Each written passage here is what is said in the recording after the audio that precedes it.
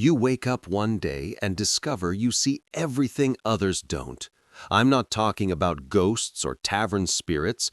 You read microscopic grimaces, hear the lies lurking in smiles, sense the anger hidden behind polite faces. It's as if you'd been given a magnifying glass to see other people's souls, but without an instruction manual. Jung would have said you're a bearer of differentiated perception, but in simple terms, you're the one in every village who ends up burned at the stake for seeing too much. The good news? You have eyes in your mind. The bad news? They're eyes that never close. And don't fool yourself, it's not a comic book superpower, it's a social curse. You walk into a room and immediately know who's lying to their wife, who wants to strangle their boss, who's having a nervous breakdown. Within minutes, you're the most hated person at the table, not because you speak, but because you exist. Jung himself wrote it in his notebooks as a curse. When one sees what others don't want to see, one becomes a mirror that society can't bear to look at. Congratulations, you are that mirror, and people would rather break you than look at themselves.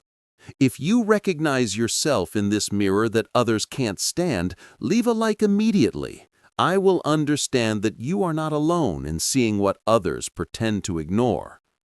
Don't think this is a recent problem.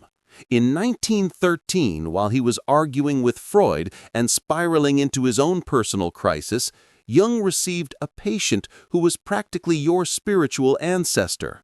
A quiet, introverted woman who could walk around a room and sniff out resentment like a medieval bloodhound.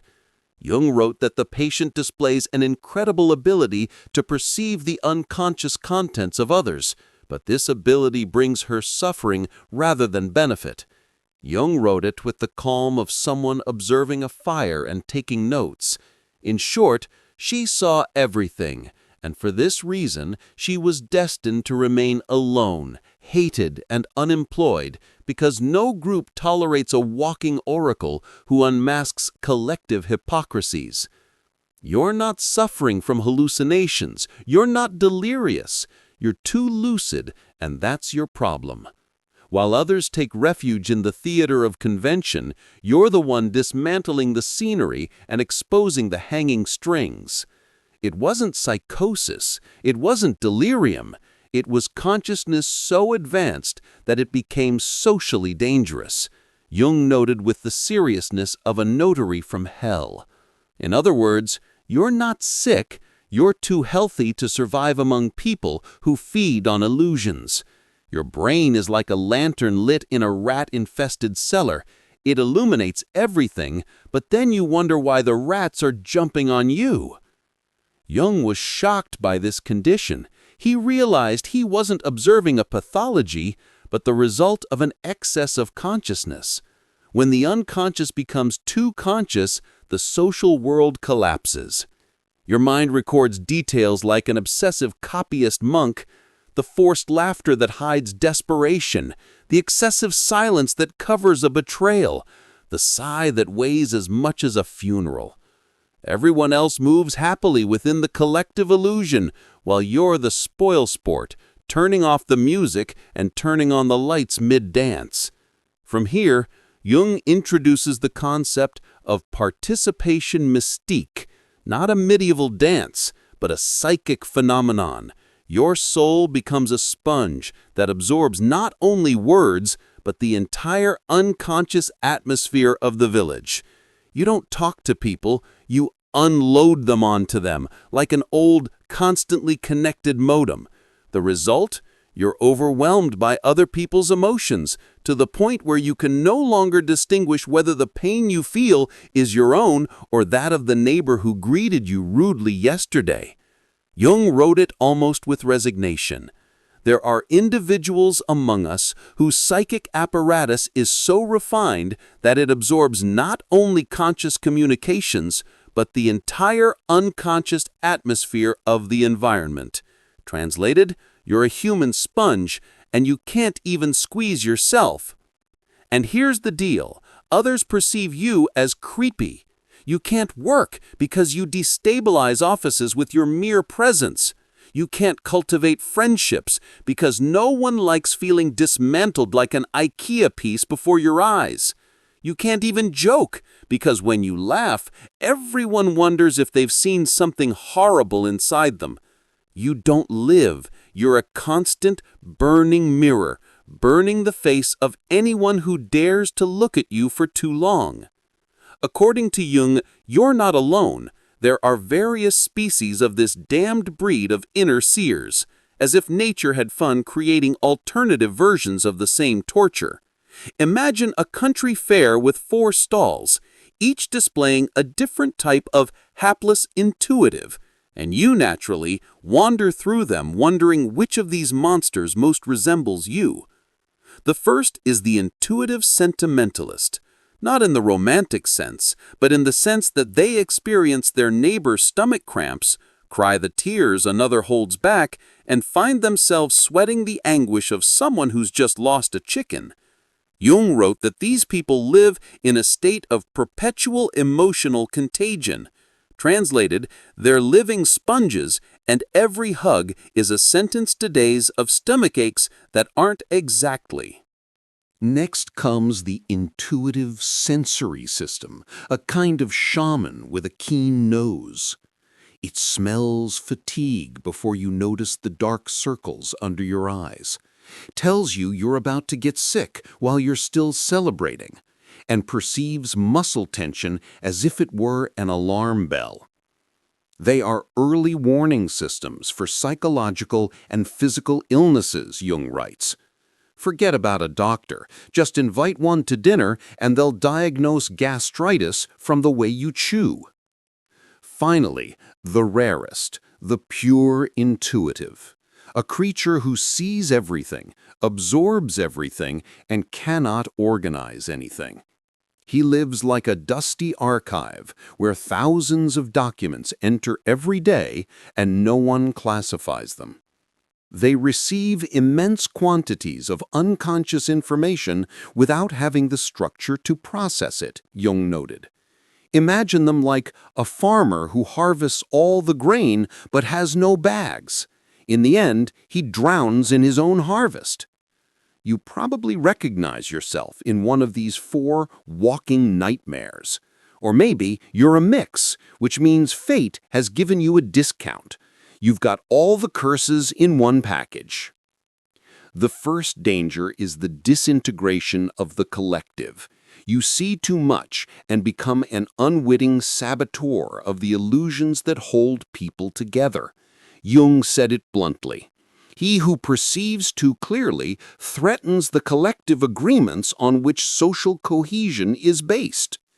Translated into medieval parlance, if at a banquet you shout that the wine is watered down, you ruin the party and find yourself outside the door with a bone in your hand.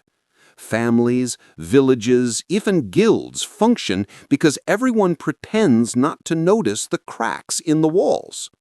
You, on the other hand, are the one who takes the flashlight and sticks your eye inside, turning the crack into an abyss. The second danger is psychological loneliness, not the romantic solitude of a poet in an attic, but the brutal isolation of those who live in a parallel reality. Jung called it the problem of the higher function. What makes you unique is also what makes you fester on the sidelines. He wrote, "The curse of consciousness is that it cannot be shared with those who do not possess it. You are an island of lucidity in an ocean of drunks. Try conversing with those who mistake your flashes of truth for thunderbolts of madness." The third danger is the dissolution of identity. This is no joke. You become so filled with other people's emotions that you no longer know what your own are. You get angry, but discover it was the baker's anger. You wake up depressed, but it was the sadness of the neighbor who lost her chicken. Jung called it participation mystique, a psychological contagion that transforms you into a collective specter. He wrote, The danger is not social exile, but psychological annihilation. In essence, you are no longer you. You are an apartment building inhabited by all the shadows of the neighborhood. And this is where Jung gets the point. Your sensitivity isn't a flaw, but a mechanism that without integration implodes. The risk isn't becoming mad, it's becoming nobody. The first stage is recognition and differentiation. In other words, stop confusing your stomach with your neighbor's.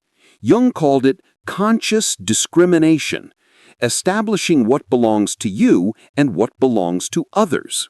Easy to say, a little less so to do, when every time you breathe, you absorb the melancholy of half the village.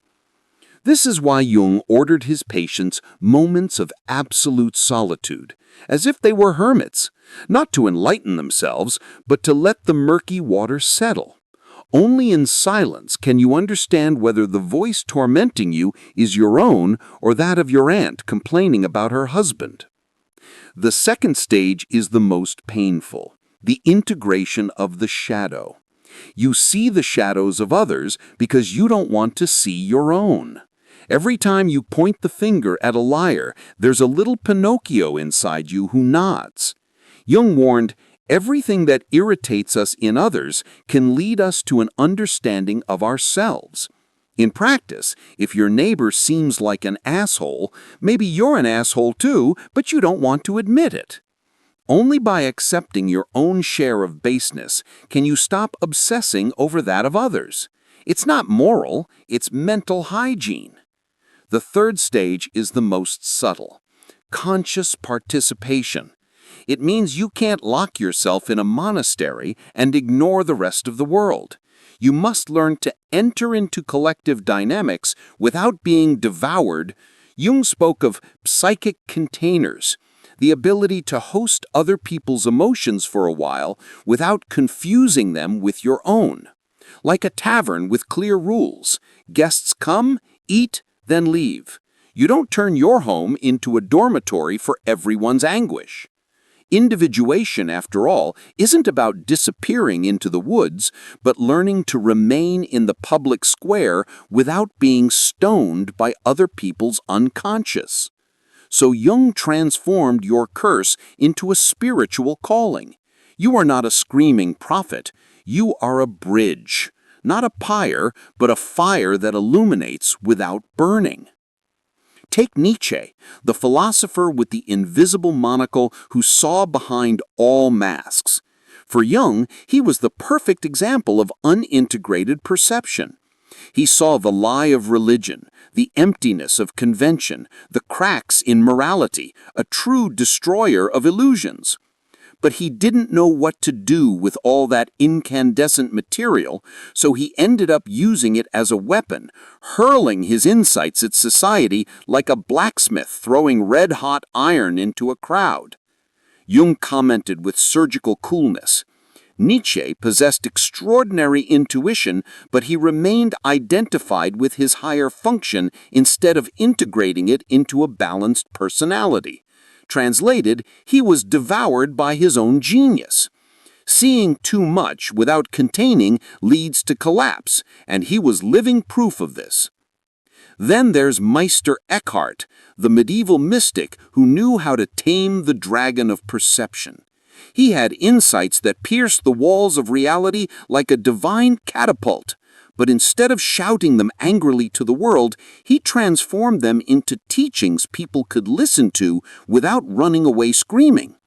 Jung wrote, Eckhart transformed higher perception into wisdom capable of nourishing others. And he did so with what Jung called conscious humility, the ability not to wield the gift like an axe, but to offer it like bread. In practical terms, he saw who you really were, but he told you so you could still invite him to dinner.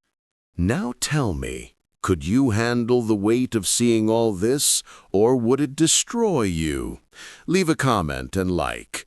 Finally, Jung himself. In 1913, after breaking up with Freud, he found himself teetering on the brink of madness. Visions haunted him, voices besieged him, dreams transformed him into a lost pilgrim.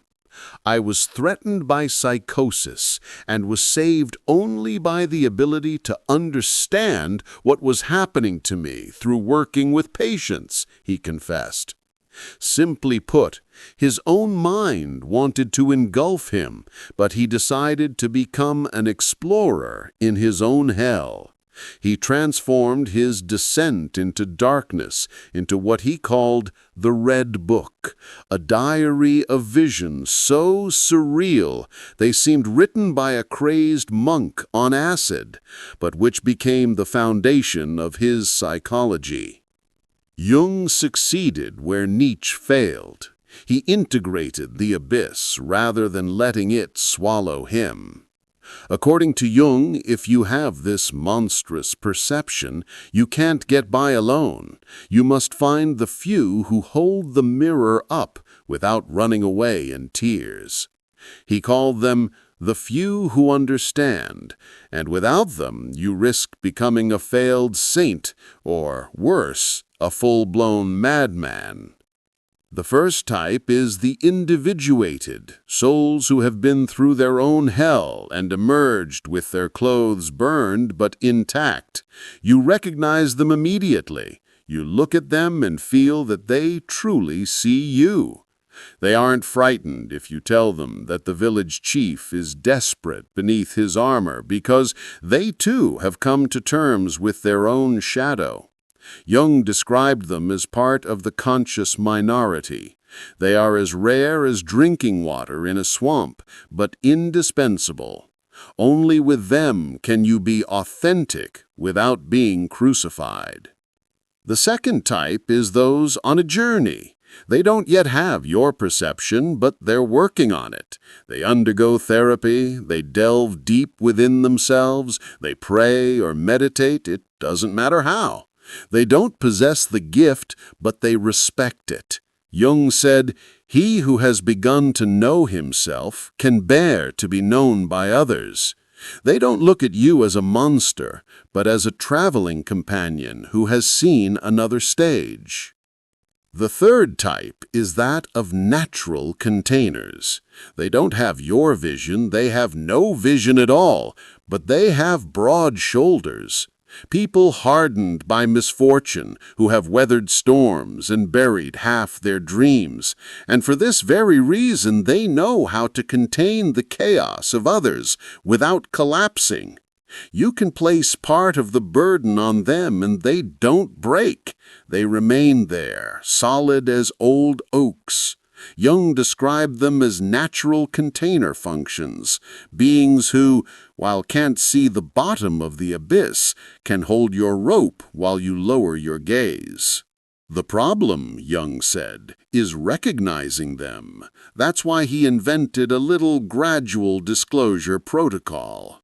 Start with light observations, gauge their reaction, see if they close in or remain curious, and only then reveal more. It's like testing whether a boat is afloat before setting sail on the open sea. Never launch into apocalyptic confessions with someone who can't even hold a lit candle. Ultimately, your survival depends on not revealing to everyone what you see, but on understanding who you can share it with without being stoned. It's a subtle art. Don't look for those who applaud you. Look for those who listen to you without trembling. The first stage is to recognize without succumbing. Here you learn to say, yes, I see things others don't see, but no, I won't die of a headache because of it. Jung called it conscious acceptance of the higher function, stopping feeling cursed and starting treating yourself like a being with an extra magnifying glass. It's the moment you admit that your perception is part of you, not an alien parasite. In medieval parlance, you have a demon inside you, but at least you learn to ride it. The second stage is to integrate without isolating yourself. If you're not careful, your difference pushes you to lock yourself in a tower and shout to the wind like a mad hermit. Jung called it social individuation, being authentic without losing your ties to the village. It means looking people in the eye, knowing exactly what abysses they hide, and still staying there drinking with them in the tavern. It's not hypocrisy, it's survival. The third stage is to serve without sacrificing yourself. When you understand that your perception can be used as a gift and not just a curse, you stop experiencing it as a personal burden. Jung wrote, "The privilege of a lifetime is to become what one is, and then to offer that authenticity in the service of the whole." In essence, you stop feeling sorry for yourself and begin using your internal radar as a tool to help others, but without becoming a doormat.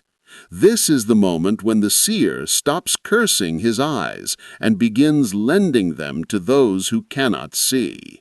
The fourth stage is the highest, leaving a legacy without attachment. Jung called it the transcendent function. You offer your perception to the world without expecting applause or understanding. It's the attitude of the sower who sows seeds knowing they may germinate decades from now. Live like a cultural medicine, bitter to the taste, but essential for collective health. You're not here to save the day, but to slowly change the course of history. At the end of this journey, your perception is no longer a burden. It becomes a tool, not a curse, but a medicine, not the pyre, but the torch that illuminates without consuming you. The first is the inflation trap. It happens when you convince yourself you're the only bearer of truth. Jung called it identification with the archetype, but in reality, it means you swell up like a wineskin and begin to feel like a prophet. It's the so-called prophet complex. You think you have to save everyone from darkness. You start preaching in the marketplaces, and people stop offering you bread and start offering you stones. Jung warned, the moment you believe you're the bearer of absolute truth is the moment you're already possessed by the very forces you want to understand. In short, you think you're a saint and you become possessed. The second is the trap of justified withdrawal. It's when you get fed up with the idiocy of others and retreat into your ivory tower, convinced the world isn't worth your while. Jung labeled it spiritual superiority disguised as wisdom.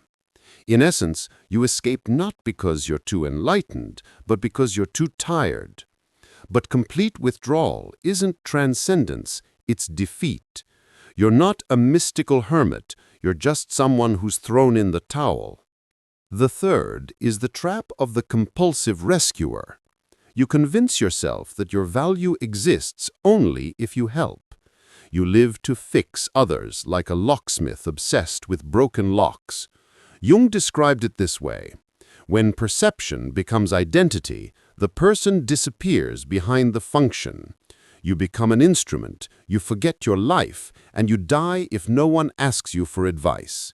In short, you cease to be a person and become a lamp that shines 24 hours a day. The fourth is the trap of the return to the overwhelm. Even if you've made progress, all it takes is a crisis, a loss, an internal storm, and you're overwhelmed again by collective emotions.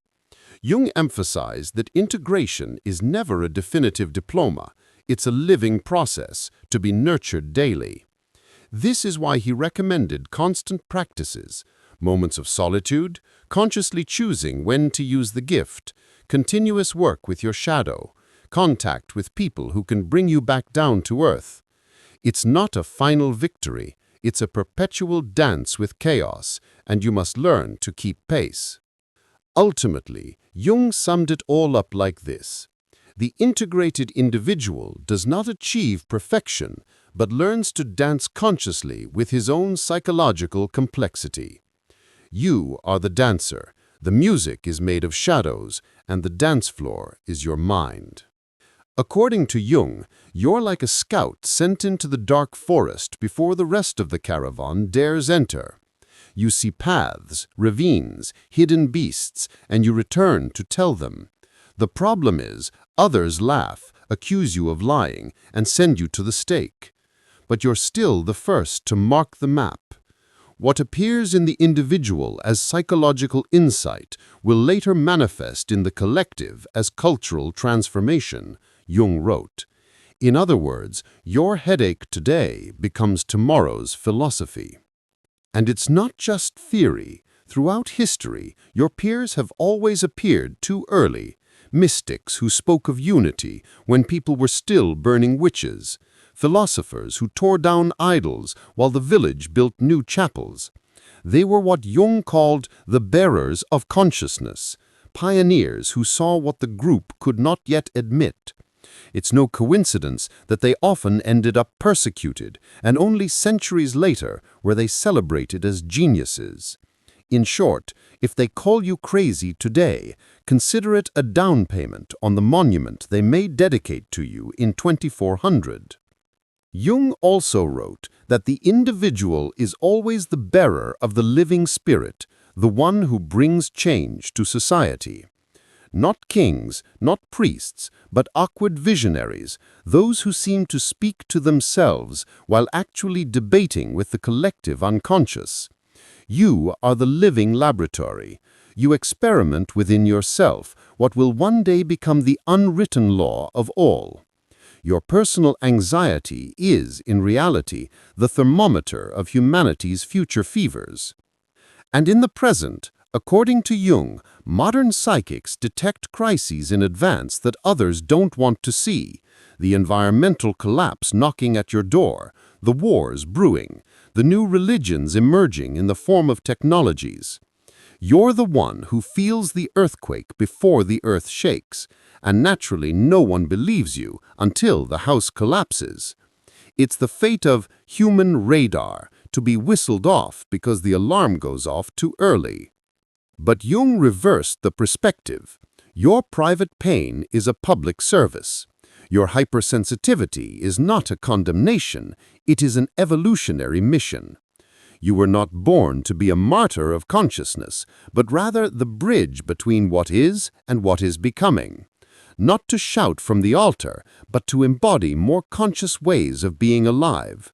Your task is not to convince everyone, but to pave the way. Remember that woman from 1913, the patient who entered rooms and sniffed out resentments like a hunting dog. At first, she was a wreck. She couldn't work. No one could stand beside her without feeling naked, and every relationship burned to ashes. But after 3 years of working with Jung, the metamorphosis occurred. She didn't stop seeing, she learned to see better. She didn't stifle her sensitivity, she tamed it.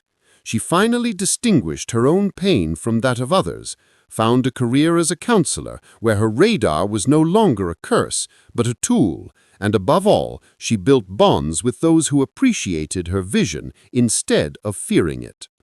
Jung wrote with relief, the patient learned not to see less, but to see more wisely. A miracle? No, an integration. And this is the most dangerous and at the same time most luminous aspect of Jung's discovery. Some beings are born with a consciousness broader than the collective can handle.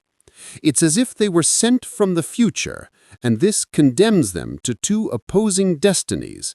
Either they are crushed by isolation and the weight of what they see, or they become exactly what humanity needs to evolve. You are not a mistake, you are a precursor. You are not defective, you are a beta version. The real danger isn't that you see too much, it's that you never learn to manage what you see.